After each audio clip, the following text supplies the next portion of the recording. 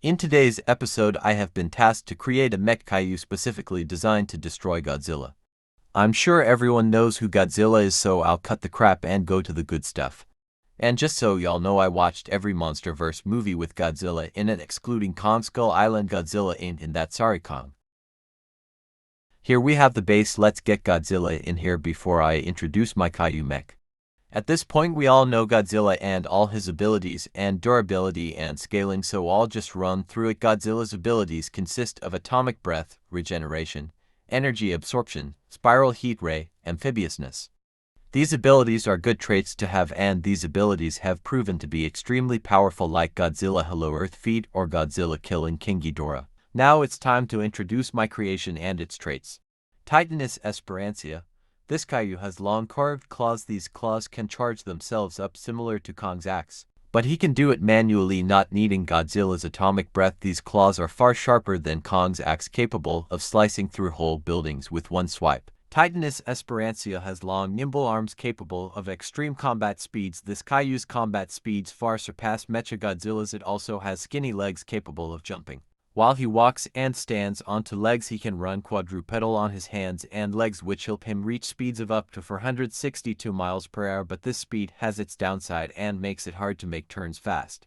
Okay, now let's go on to weapons. Like Mechagodzilla, he has multiple abilities. For instance, let's move over to his tail. His tail can shoot atomic beams and atomic balls for ranged weaponry. His tail can also turn into 3 different melee weapons like an axe and a blade and a shredder. Now onto his hands. His claws can glow red when charged up with atomic energy, which he can do on command. These claws have the same reaction as Kong's axe. As I stated earlier, these claws can be used as both blunt and slashing. For instance, when punching with charged claws, it will cause a small atomic explosion. Size and weight. Okay, I'll start with size. It's a pretty basic term. He's 443 feet tall and 467 feet long. When standing bipedal, when standing quadruped, he is 422 feet tall and 537 feet long, and he weighs a lot.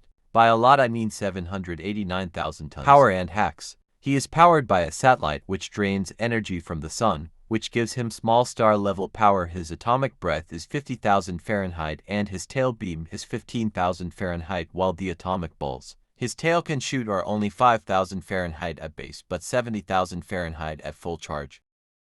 Okay, so I've got them both into sections. Now I'm gonna compare feats and statements. Okay, starting with strength. If we call back to Godzilla vs. Kong, we can see in this final fight that Godzilla pushes Mecha around 97 feet back,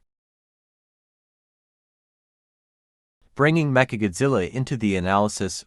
Statement: Mechagodzilla weighs just over 600,000 tons and he is 400 feet tall, so let's get Godzilla over here as a size comparison. While Mecha is 600,000 tons, my mech is almost 800,000 tons, so will Godzilla be able to push him? Well, the answer is definitely. Godzilla was weak and tired in GVK and he still managed to push Mecha, so he'll have no problem pushing Esperantia around. Now onto my mech Esperantia. Obviously not really much I can say to back up my guy here in terms of lifting strength. Godzilla takes, but striking strength is a different story. Esperantia is made with an upward body build with a wider upper body, putting more force and weight into his punches, not to mention his claws, which I already mentioned. Not really much I need to say here. I already started his speed when quadruped, so speed is not really a fair term. Now, I'm not gonna bore you all to death with statemented with, so I'll end that part there. So now onto the final stage.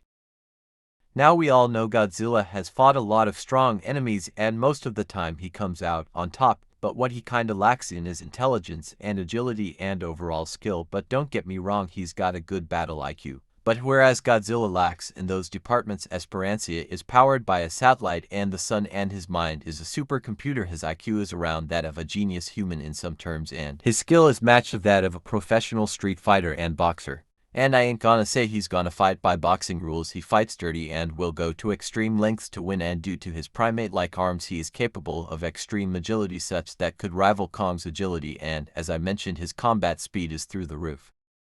So let's just say the fight would go pretty similar to that of Godzilla vs. Mechagodzilla, but if Mecha was ×5, that's gonna wrap it up for this video. I know the video is bad, but it's my first video like this, and Esperantia is free to use by anyone. Just mention me if you use him.